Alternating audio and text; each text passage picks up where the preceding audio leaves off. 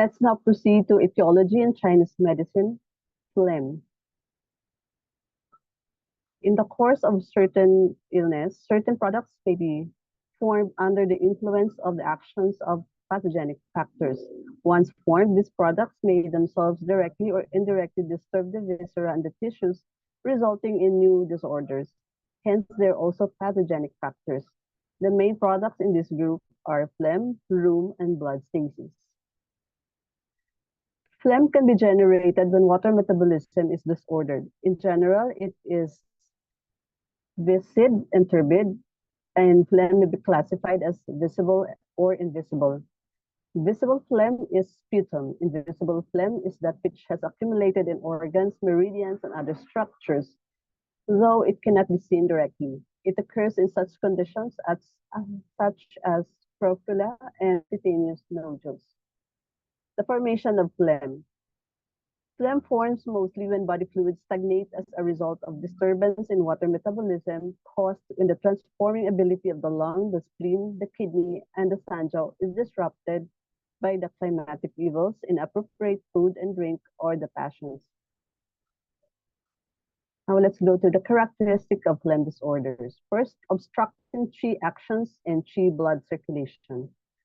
Phlegm moves along with qi and reaches all parts of the body, but it impedes the ascent and descent of qi. It can also lodge in the meridians where it can interfere with the circulation of qi and blood. For example, stagnation of qi and blood in the limb meridians can cause numbness of the limbs, difficulty in flexion and extension, and sometimes hemiplegia. If phlegm accumulates under the skin, it can induce goiters, scrofula, nodules, cysts, and multiple abscesses. Obstructing action of the visceral qi. When phlegm accumulates in the body, it can readily impede visceral qi. For example, if it accumulates in the lung, it can block dispersion and depuration by that organ, and it can lead to chest tightness, cough, expectoration of sputum, labored breathing. If it accumulates in the heart, it can impede the flow of heart blood and can lead to chest tightness and heart palpitation. If it accumulates in the stomach, it can cause failure of the stomach qi to descend and lead to nausea, vomiting, and epigastric distension. The variety of phlegm diseases.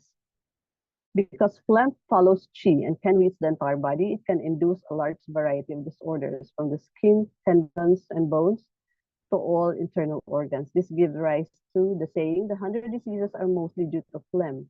For example, if phlegm lodges in the head, there may be dizziness with blurred vision. If in the heart orifices, there may be mental confusion.